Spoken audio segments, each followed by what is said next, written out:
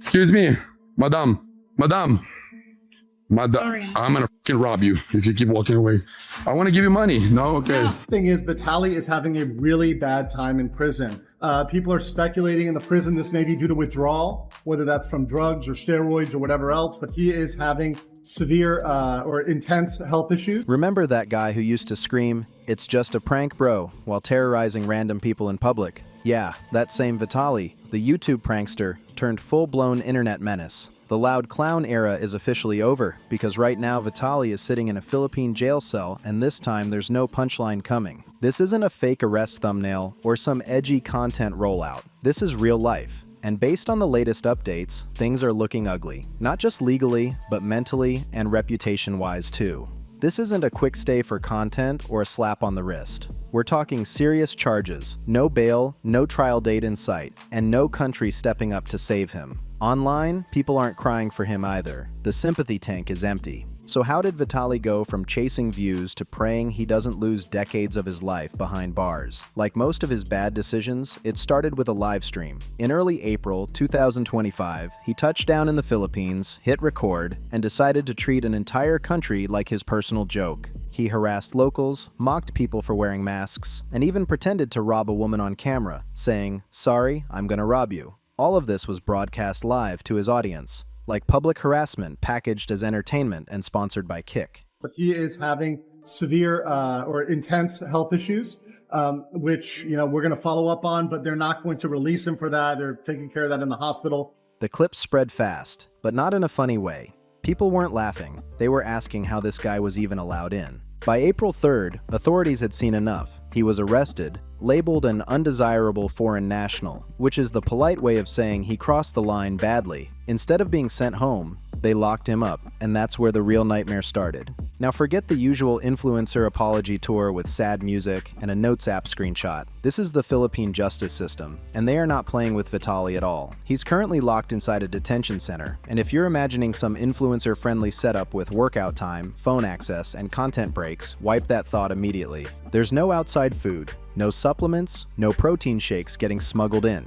This is straight detention, bare bones. On top of that, there's no bail and no trial date lined up. Authorities have already confirmed it could take 2 to 3 years just for his case to even reach trial. That's years of waiting with no sentence yet, just sitting in legal limbo while the clock drags on. Meanwhile, the charges keep piling up fast, and these aren't minor slap-on-the-wrist accusations. So far, Vitaly is facing 3 counts of unjust vexation, 2 counts of theft, 1 count of attempted theft, violations under anti-voyeurism laws, cybercrime charges tied to live streaming his stunts, and an additional charge for trying to grab a security guard's firearm. That's not prank territory. That's serious legal heat.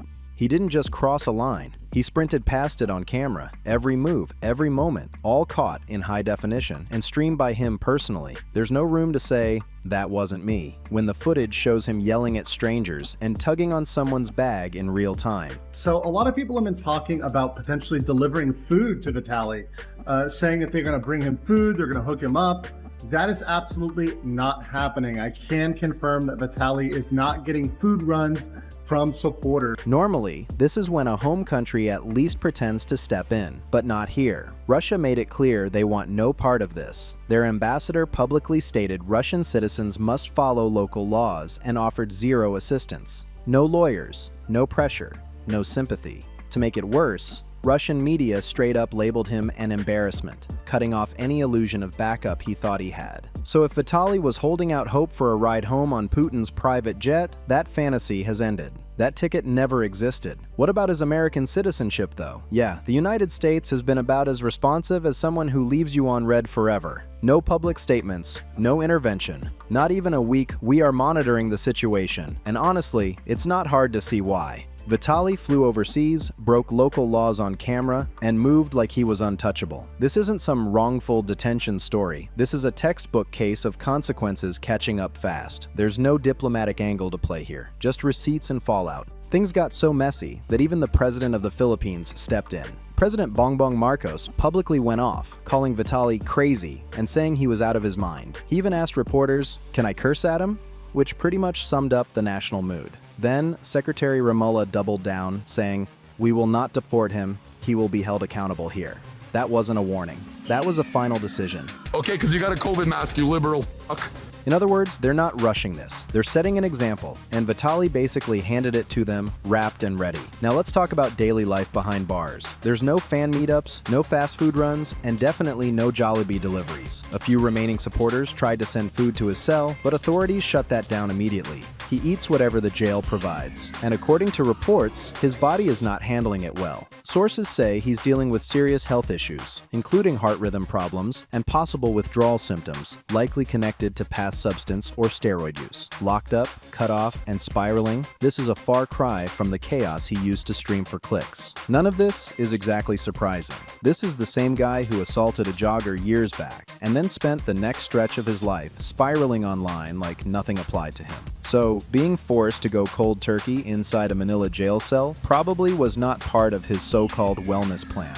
And right now, this is the worst position he could be in. Vitaly is stuck in pretrial detention, no bail approved, no trial date scheduled, no clear timeline at all. If he gets convicted on everything stacked against him, he could be staring down more than 20 years behind bars. And that's before you factor in any extra penalties tied to live streaming the crimes themselves. Even in the unlikely scenario where he somehow walks on the charges, he would still be deported immediately and banned from ever returning. Until then, he's locked in place, no exits. Everything else around him is collapsing too. His channels are low on views, his camera crew disappeared, his home countries have washed their hands of him, and his fans either checked out or flipped on him completely. But let's not act like he was moving solo. Vitaly didn't do all this alone. His cameraman, a Filipino named Christopher, also known as Sly Kane, helped film the entire disaster. When the legal pressure started building, he vanished. He ran off to Taiwan and kept streaming like nothing happened. He even dyed his hair, openly showed his location, and moved reckless online, like authorities couldn't touch him. Vitaly is having a really bad time in prison. I can now tell you that he is having reactions. He is having arrhythmias. People are speculating in the prison this may be due to withdrawal, whether that's from drugs or steroids or whatever else. Now charges have been filed against him too, including cybercrime and anti-voyeurism violations. Hiding in plain sight on livestream isn't exactly stealth mode, no matter how clever he thinks it looks. At this point, the whole team is in pieces. You might think loyal fans would spin up a hashtag or push some free Vitaly movement. That didn't happen. Instead, the internet turned all the way on him. Creators are clowning him. Viewers are fed up. People finally realized that edgy doesn't mean untouchable. Now, Vitaly isn't feared or admired. He's a walking example of exactly what not to do as a content creator. And honestly, this whole crash out was overdue. Right before Vitaly got arrested, he tried to pull a last-minute PR cleanup move. He dropped a video of himself on camera, handing out school supplies, acting humble, and pretending none of the chaos had just gone down days earlier. But neither the internet nor Filipino reporters were buying that act, and the legal system definitely wasn't impressed. You can't break laws on Monday, pass out notebooks on Tuesday, and expect everything to reset. That's not how real life works. Vitaly really believed his fame would protect him. He thought subscribers meant immunity, that cameras meant control, and that the world was just another stage where rules didn't apply. The Philippines shut that fantasy down fast. Now he's locked up, banned, and slowly fading from relevance, all because he couldn't separate internet clout from real-world consequences. The only thing still spreading about him now isn't content or clips. It's his mugshot and his downfall. But I want to know what you think. Drop your thoughts in the comments. Do you think this was inevitable, or did he finally push it too far? If you enjoyed this breakdown, make sure to like the video, subscribe to BeyondFame, and share it with someone who needs to see it. Thanks for watching, and I'll see you on the next one.